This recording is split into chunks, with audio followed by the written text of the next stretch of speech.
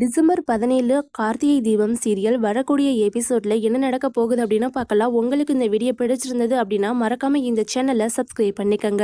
ரேவதியுடைய நிச்சயதார்த்தத்துக்கான எல்லா புடவையுமே எடுத்து முடிச்சுட்டு அவங்களுடைய நிச்சயதார்த்த ரிங்கு எடுக்கிறதுக்காக நகைக்கடைக்கு கார்த்தி எல்லாரையுமே கூட்டிட்டு வர்றாங்க.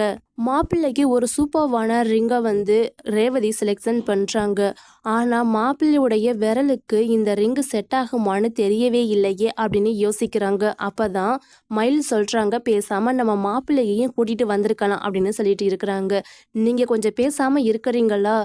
ஃபைட்டர், இந்த மோதிரத்தை நீ போட்டு பாரு, விரலுக்கு கரெக்டாக இருந்தால் கண்டிப்பாக மாப்பிள்ளையுடைய விரலுக்கு செட் ஆகும் அப்படின்னு சொல்லிடுறாங்க. கார்த்தியும் அந்த ரிங்கை வாங்கி கையில் போட்டு பார்க்குறாங்க. ரொம்பவே சூப்பராக இருக்குது.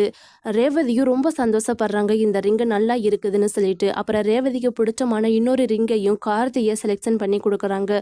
அந்த ரிங்கு நல்லா இருக்குதுன்னு சொல்லிட்டு எல்லாத்தையுமே எடுத்துகிட்டு வீட்டுக்கு வர்றாங்க.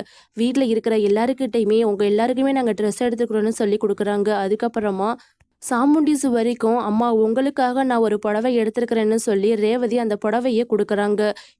நிச்சயதார்த்த ஏற்பாடு எல்லாமே தடபுடலாம் நடக்கணும், எல்லா ஏற்பாடுமே நீ தான் பார்த்துக்கணும் கார்த்தி அப்படின்னு சொல்லிட்டு போயிடுறாங்க. எனக்கு ரொம்ப சந்தோஷமா இருக்குதுப்பா, என் பொண்ணோட கல்யாணம் நல்லபடியாக நடக்கணும், நான் மறுபடியும் எங்கள் அம்மா அப்பாவை போய் பார்க்க போகிறேன், இது எல்லாம் நினச்சா எனக்கு மறுபடி பிறந்த மாதிரி இருக்குது அப்படின்னு ரேவதியுடைய அப்பா ரொம்ப சந்தோஷப்படுறாங்க. அப்போ தான் ரேவதி மாப்பிள்ளைக்கு கால் பண்ணுறாங்க. நீங்கள் எங்கே இருக்கிறீங்க, என்ன பண்ணிட்டு இருக்கிறீங்க? நாங்கள் இன்னைக்கு நிச்சயதார்த்தத்துக்காக ட்ரெஸ்ஸு ரிங்கு எல்லாமே எடுக்க போனோம், உங்களுக்கு நாங்கள் எடுத்துகிட்டு வந்திருக்கிறோம், அதை சொல்கிறதுக்காக தான் நான் கால் பண்ணினேன் அப்படின்னு சொல்லிட்டு இருக்கிறாங்க. அப்போ தான் மாப்பிள்ளையுடைய சிலிமிசை எல்லாமே தெரியுது.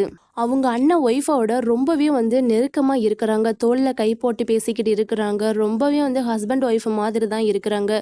ரேவதிக்கு பார்த்துருக்கிற மாப்பிள்ளை ரொம்ப தப்பான மாப்பிள்ளை அப்படிங்கிறது கார்த்திக் எப்போ தெரிய வரப்போகுதுன்னு தெரியல. ஆனால் 2 பேரையுமே ரொம்ப ரொமான்டிக்காக இருக்கிறாங்க. இங்கே பாருங்கள், கொஞ்ச நாளைக்கு அந்த ரேவதி கழுத்தில் தாலி கட்டுற வரைக்கும் நம்ம 2 பேரும் ஒன்று சேர வேண்டாம், மறுபடியும் குழந்தை குட்டின்னு ஆகிட்டா ரொம்ப பிரச்சனை ஆயிரும், நம்ம விஷயம் வெளியே தெரிஞ்சால் உங்களுக்கு நடக்க போகிற கல்யாணமும் நடக்காமல் போயிடும், அதனால் கொஞ்சம் அமைதியாக இருங்க அப்படின்னு சொல்லிடுறாங்க.